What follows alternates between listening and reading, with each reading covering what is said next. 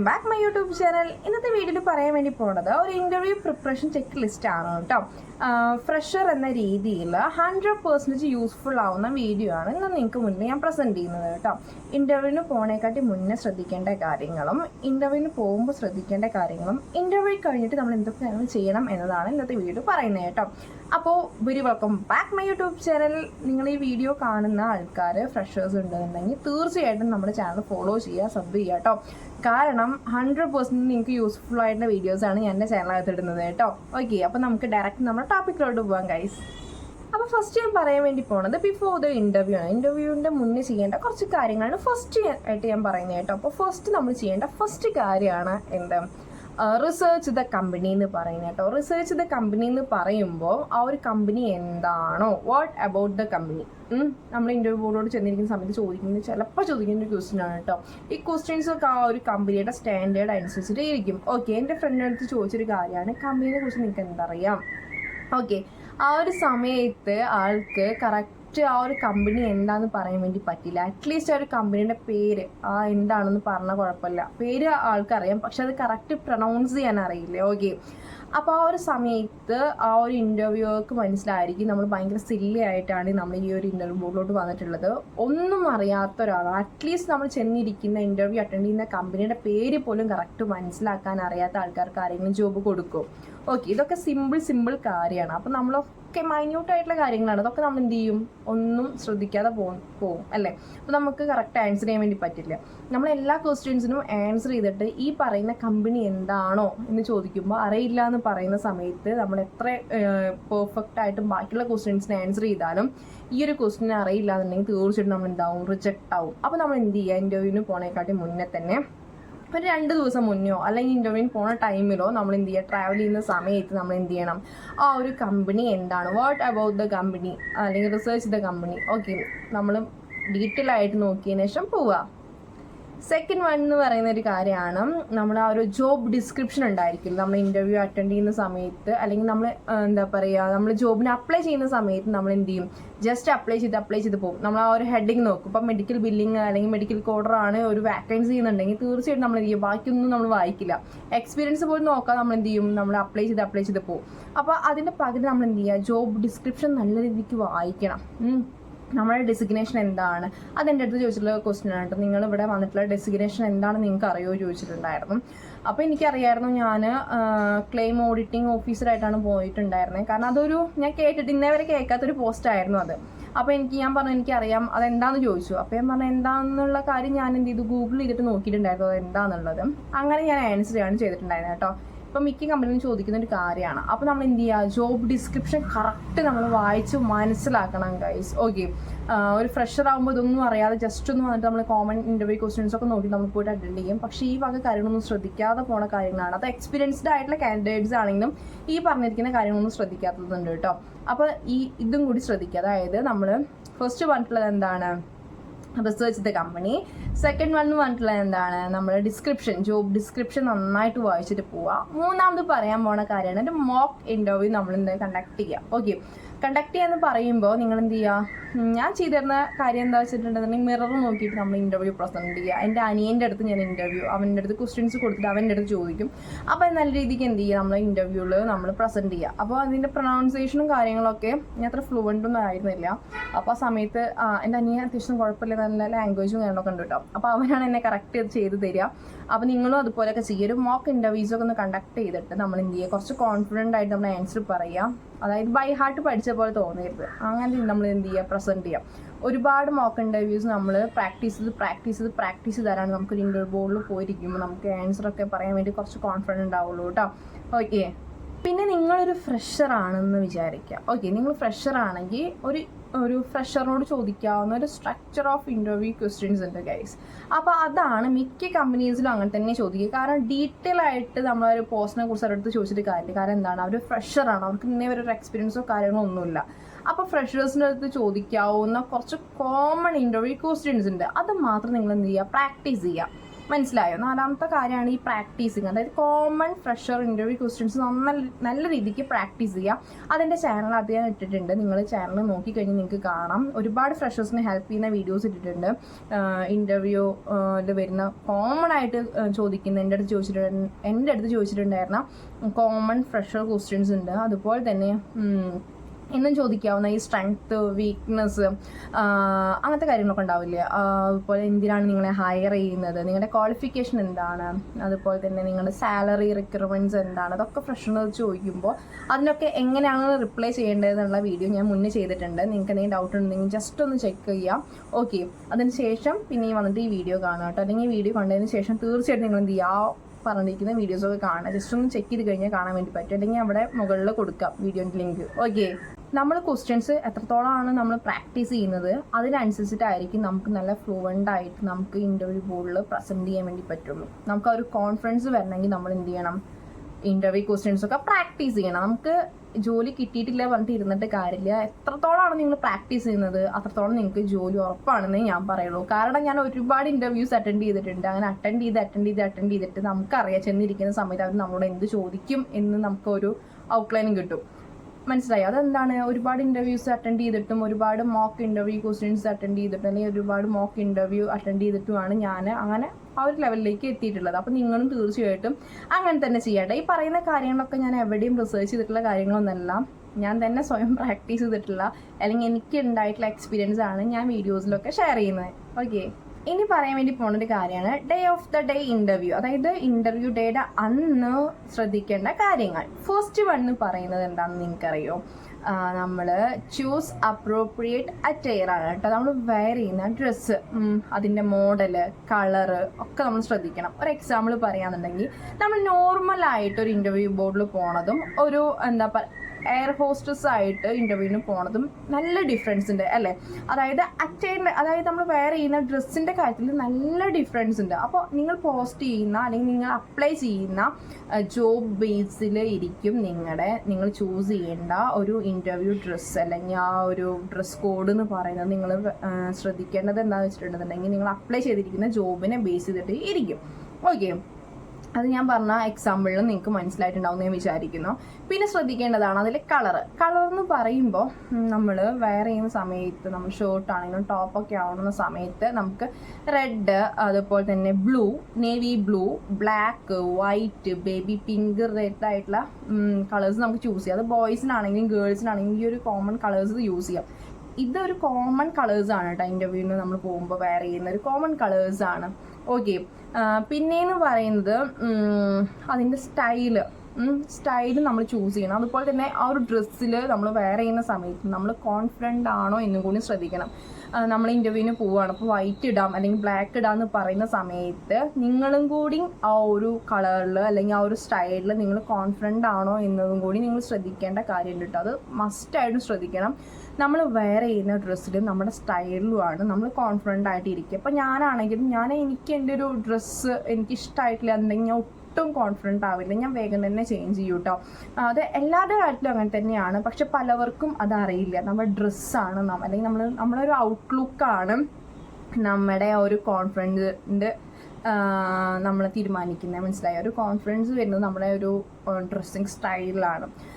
Okay, അപ്പോൾ തീർച്ചയായിട്ടും dressing ശ്രദ്ധിക്കേണ്ട ഒരു കാര്യമാണ് കേട്ടോ. പിന്നെ സെക്കൻഡ് വൺ എന്ന് പറയുന്നത് practice affirmations and self confident ടോക്കാണ് കേട്ടോ, അല്ലെങ്കിൽ പോസിറ്റീവ് ടോക്ക്. ചില ആൾക്കാരെ കണ്ടിട്ടുണ്ട്. അതെൻ്റെ ഫ്രണ്ടിനെ കുറിച്ച് പറയട്ടോ. ആൾ ഭയങ്കര നെർവസാണ്. ആളെപ്പോഴും പോകുന്ന സമയത്ത് പറയാൻ എന്തറിയോ, നിനക്ക് അതായത് ഞാനും ആളും കൂട്ടാൻ പോവാം. അപ്പോൾ അവൾ പറയും, നിനക്ക് ഈ ജോലി കിട്ടും, എനിക്കറിയാം, നിനക്ക് ഭയങ്കര ഭാഗ്യമാണ്, നീ ഇങ്ങനെ ഇൻ്റർവ്യൂ ബോർഡിൽ പോയി നീ പ്രസൻറ്റ് ചെയ്ത് കഴിഞ്ഞാൽ നിനക്ക് തീർച്ചയായിട്ടും കിട്ടും. പക്ഷേ എനിക്ക് അങ്ങനെ കിട്ടില്ല. ആളെൻ്റെ കൂടെ കുറേ ഇൻ്റർവ്യൂസ് അറ്റൻഡ് ചെയ്തിട്ട് ആൾക്ക് കിട്ടിയിട്ടില്ല കേട്ടോ. അപ്പോൾ അവൾ പറയുന്ന ഒരു കാര്യമാണ്, നിനക്ക് ഭയങ്കര ഭാഗ്യമാണ്, നിനക്ക് കിട്ടും, എനിക്ക് തീരെ കിട്ടില്ല, അതെന്താണെന്ന് എനിക്കറിയില്ല, എനിക്ക് കിട്ടില്ല, തീരെ കോൺഫിഡൻ്റ് അല്ല എന്ന് പറയും. അപ്പോൾ അവരുടെ ഞാൻ പറയും, നീ ഇങ്ങനെ നെഗറ്റീവായിട്ട് കാര്യമില്ല, ഈ ഇങ്ങനെ നെഗടിച്ച് എന്തിനാ വെറുതെ. ഞാൻ എപ്പോഴും ചിന്തിക്കുന്ന കാര്യം എന്താ അറിയോ, എനിക്ക് ആ ഇൻ്റർവ്യൂ പറഞ്ഞാൽ എനിക്കറിയില്ല, എനിക്ക് കമ്പനീനെ കുറിച്ചിട്ട് അറിയില്ല, ഫസ്റ്റ് ടൈമാണ് പോണത്. പിന്നെ നമ്മളിങ്ങനെ സൈലൻ്റായിട്ട് ഇരുന്നിട്ട് എന്താ കാര്യം, നമ്മുടെ ആവശ്യം നമുക്ക് ജോലി കിട്ടണം എന്നാണ്. ഓക്കെ, അപ്പം നല്ല രീതിയിൽ പ്രസൻറ്റ് ചെയ്യേണ്ട ഒരു ആവശ്യം നമുക്കാണ്. നമ്മൾ നേഴ്സായിട്ട് നമ്മളെ കിട്ടിയിട്ടുള്ള ആ ഒരു ഓപ്പർച്യൂണിറ്റി ഒരു ഇൻ്റർവ്യൂ ബോർഡിലോട്ട് എത്തുക എന്നുള്ളത് തന്നെ ഒരു വലിയൊരു കാര്യമാണ്. ഇന്നത്തെ ഒരു ലൈഫിൽ ഇൻ്റർവ്യൂ ബോർഡിലോട്ട് നമ്മൾ എത്തുക എന്നുള്ളത് തന്നെ വലിയൊരു കാര്യമാണ് ഗൈസ്.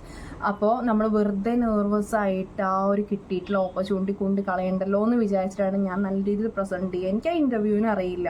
അപ്പോൾ നമ്മൾ എന്തിനാ വെറുതെ നെഗറ്റീവ് അടിച്ച് അവിടെ ഇരിക്കേണ്ട ആവശ്യം എന്ന് പറഞ്ഞാൽ, ഞാൻ നല്ല ഇൻ്റർവ്യൂവിന് പോയിട്ടുണ്ടെന്നുണ്ടെങ്കിൽ നല്ല രീതിയിൽ കമ്മ്യൂണിക്കേറ്റ് ചെയ്യും, എനിക്ക് അറിയാവുന്ന കാര്യങ്ങൾ പറയും.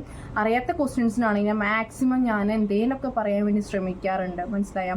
അവളെന്ന് പറയുന്ന സമയത്ത് അവൾ അധികം ഇൻ്റർവ്യൂ ക്വസ്റ്റ്യൻസ് ചോദിക്കുമ്പോൾ അറിയില്ല എന്ന് പറയുമ്പോൾ അറിയില്ല എന്ന് പറയും, അറിയാത്ത ക്വസ്റ്റ്യൻസ് ആണെങ്കിൽ അറിയില്ല എന്ന് പറയും. അങ്ങനത്തെ ഒരു ക്യാരക്ടറാണ്. അപ്പോൾ നിങ്ങളതൊക്കെ ഒന്ന് ശ്രദ്ധിക്കുക. ഞാൻ ഈ എക്സാമ്പിൾസൊക്കെ പറയുന്നത് നിങ്ങൾക്കത് കറക്റ്റ് മനസ്സിലാകാൻ വേണ്ടിയിട്ടാണ് കേട്ടോ. അപ്പോൾ നല്ല രീതിയിൽ അഫോർമേഷൻസ് കൊടുക്കുക. ഞാൻ നല്ല അഫോർമേഷൻ എടുക്കുന്ന ഒരാളാണ്. നല്ല രീതിക്ക് തന്നെ പ്രാക്ടീസ് ചെയ്യാറുണ്ട് അഫോർമേഷൻസ്. അതുപോലെ തന്നെ പോസിറ്റീവായിട്ട് ഇരിക്കാൻ ശ്രമിക്കാറുണ്ട്. നെഗറ്റീവ് ഞാൻ പറയാറില്ല എന്നല്ല, നെഗറ്റീവ് പറയാറുണ്ട്. പക്ഷെ അപ്പോഴേക്കും ഞാൻ എൻ്റെ മൈൻഡിനെ കൺവേർട്ട് ചെയ്യും. നെഗറ്റീവ് അടിച്ചിട്ട് എന്താ കാര്യമൊന്നുമില്ലല്ലോ.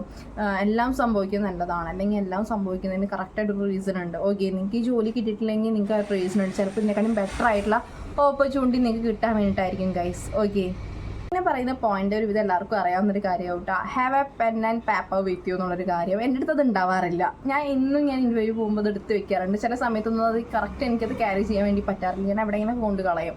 ഓക്കെ, അപ്പോൾ നമ്മൾ ചിലപ്പോൾ സൈൻ ചെയ്യാനോ അല്ലെങ്കിൽ ചിലപ്പോൾ അവർ ചോദിക്കുന്നതും ചെയ്യും. മനസ്സിലായോ? നമുക്ക് കുറേ പേപ്പേഴ്സൊക്കെ ഫില്ല് ചെയ്ത് കൊടുക്കാറുണ്ടായിരിക്കും. നമ്മുടെ ഡീറ്റെയിൽസും കാര്യങ്ങളൊക്കെ ഫില്ല് ചെയ്യുന്ന സമയത്ത് ഒരു പെന്ന്, അറ്റ്ലീസ്റ്റ് ഒരു പെണ്ണ് പോലും എടുത്തിട്ടില്ലെന്ന് എൻ്റെ അടുത്ത് ചോദിച്ചിട്ടുണ്ട്. ഒരു ഇൻ്റർവ്യൂവിന് പോയ സമയത്ത്, നമ്മൾ ഇൻഫോ പാർക്കിൽ ഇൻ്റർവ്യൂവിന് പോയ സമയത്ത് എൻ്റെ ചോദിച്ചിട്ടുണ്ട് പെന്നില്ലേന്ന്.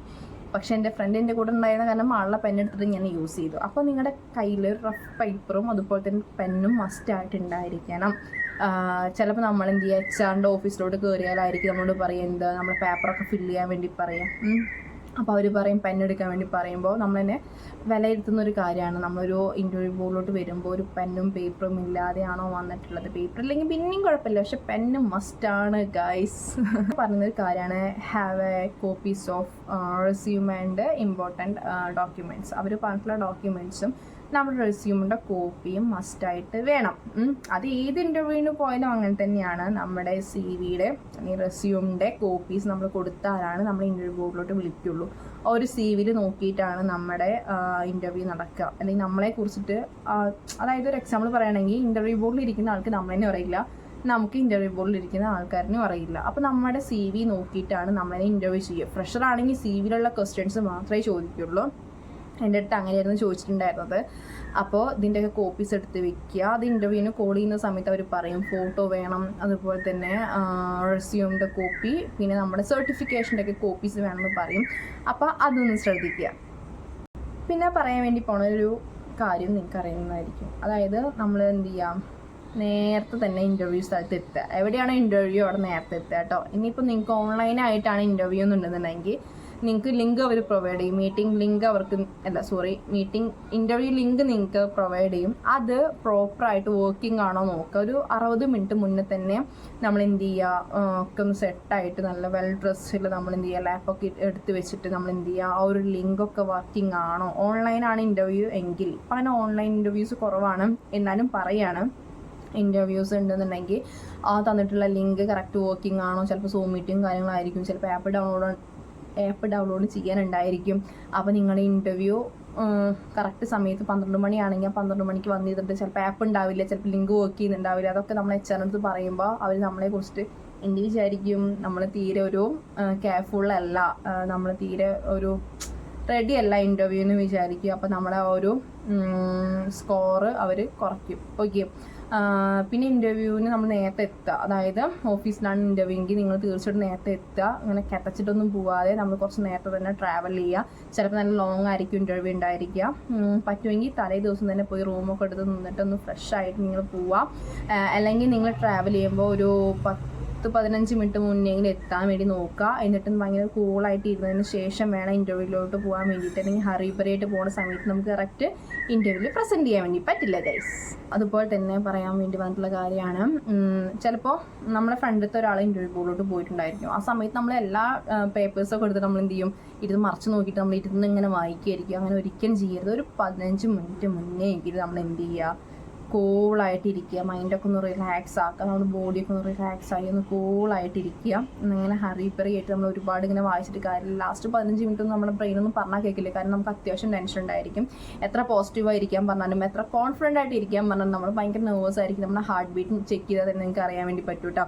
എൻ്റെ ഹാർട്ടൊക്കെ ഭയങ്കര ടപ്പ് ടപ്പ് ടപ്പ് ടപ്പായിട്ടാണ് ഉണ്ടാവുക.